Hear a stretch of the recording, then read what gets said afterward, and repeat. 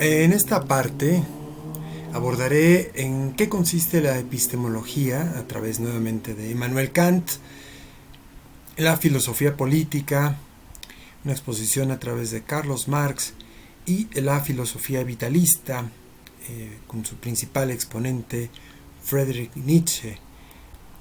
Empecemos por la epistemología. La epistemología es una disciplina encargada por el conocimiento, por preguntarnos sobre nuestras facultades de la sensibilidad, facultad del entendimiento, facultad de la imaginación, como principalmente lo dividen los filósofos David Hume, John Locke y Kant, pero también los reconoce de cierta manera Descartes, y el conocimiento es de mucho interés, por supuesto, para la filosofía, porque por un lado nos pregunta cómo es que lo adquirimos, en qué consiste el conocimiento, cuál es la diferencia del conocimiento con nuestras creencias, cuando decimos que hay un conocimiento que nos puede servir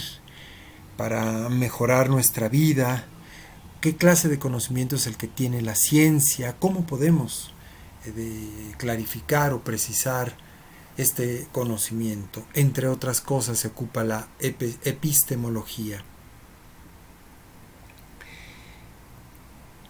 Ahora, Immanuel Kant dice que en su crítica de la razón pura, una crítica sumamente importante, un parteaguas de la filosofía en el siglo XVIII,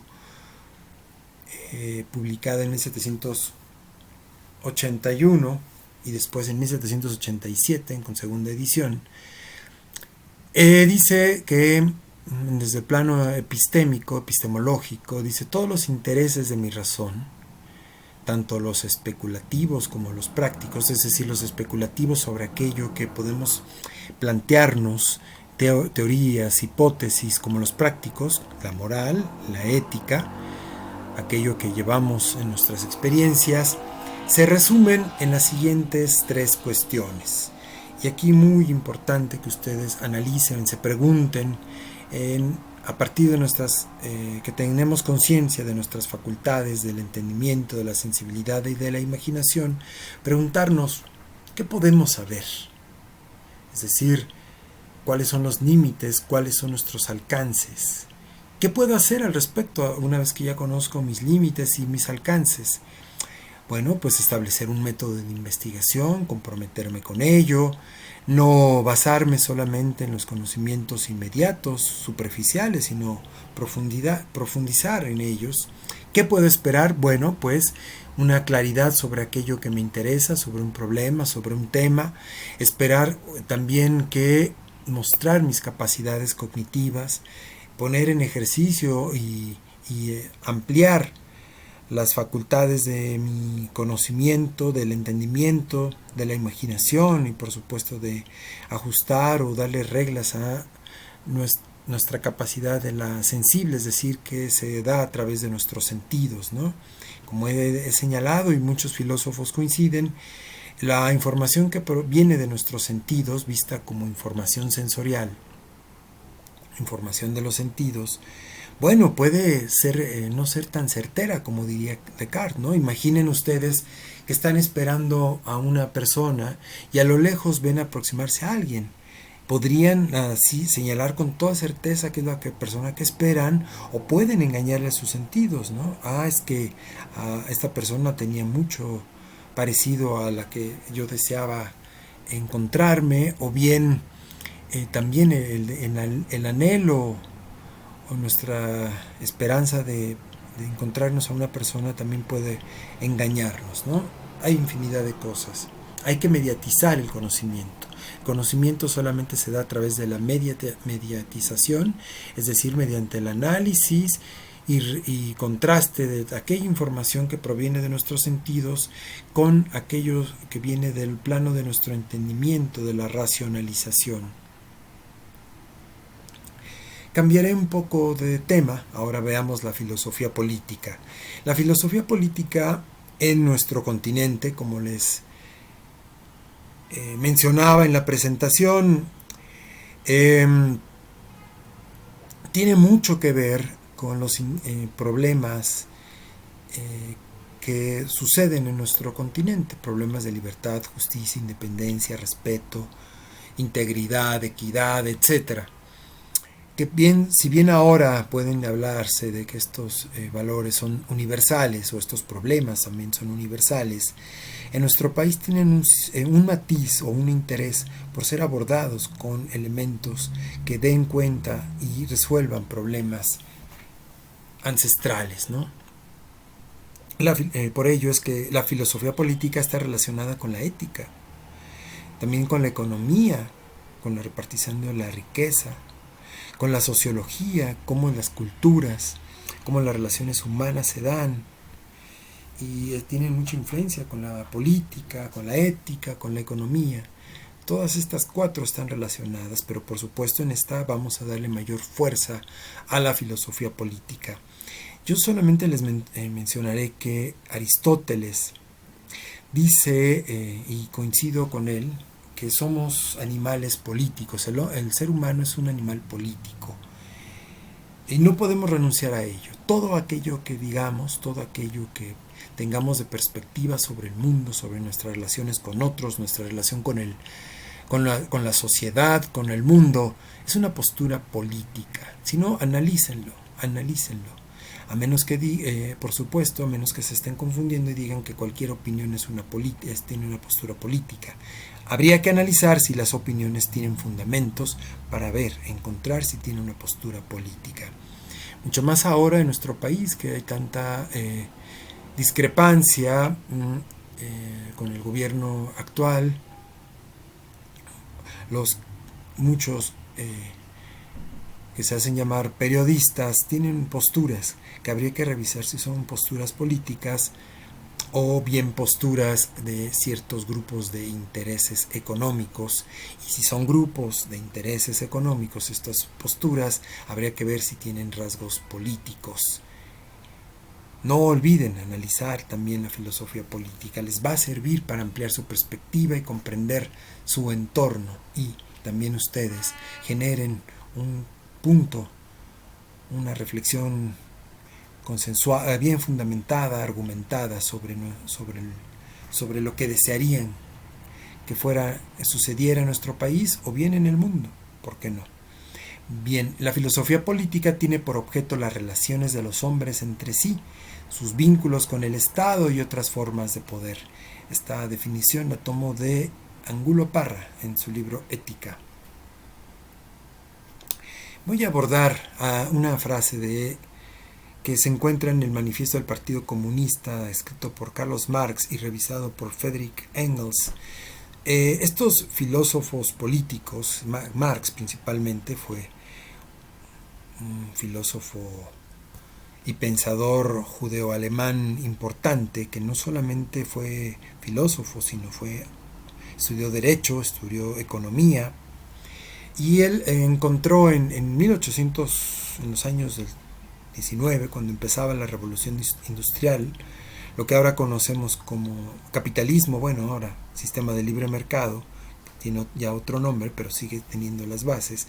Él encuentra dos clases sociales muy fuertes que empiezan a surgir por la acumulación de riqueza en un sector de la sociedad, es decir, en la burguesía, que en ese momento se llamaba, que podríamos llamarle los empresarios, que son los dueños de las empresas, de las máquinas, y donde la clase trabajadora, los proletarios, tienen que sobrevivir, subsistir a través de su fuerza de trabajo. El inconveniente es de que la riqueza que concentran cada vez más los burgueses, los empresarios, se hace cada vez más grande, mientras que al mismo tiempo la miseria, la pobreza y la marginación de la clase trabajadora se incrementa. Y se pregunta cómo puede ser si los trabajadores no paran de trabajar. Es ahí el análisis que hace en su libro El Capital, y que en el Manifiesto del Partido Comunista hace un llamado a la clase trabajadora a que cobre conciencia de lo que está ocurriendo. Mucho más de que llega un momento en que la clase trabajadora se hace vieja, ya no es útil para los empresarios y por tanto tienen que sobrevivir o subsistir. Fíjense, desde el siglo XIX, en 1830, vamos a ponerle una fecha así, hasta nuestra actualidad está vigente este conflicto de los contrastes entre la riqueza y la miseria, que las dos cada vez son más y más distantes. Dice Marx en este manifiesto del Partido Comunista respecto a aquellos que quieren atacar a la organización de los trabajadores de la clase proletaria. Recuerden, en Marx los trabajadores, los obreros, los que viven, en pocas palabras, a través de su fuerza de trabajo, de los empleos, les llama clase proletaria. Y los burgueses son los propietarios, los empresarios, dueños de las empresas, de las industrias, del dinero, de los bancos, de las máquinas, y que emplean a los trabajadores para producir riqueza y apropiarse de la riqueza que generan. Bueno, dice Marx, os horroriza que queramos abolir la propiedad privada de las industrias, ¿no?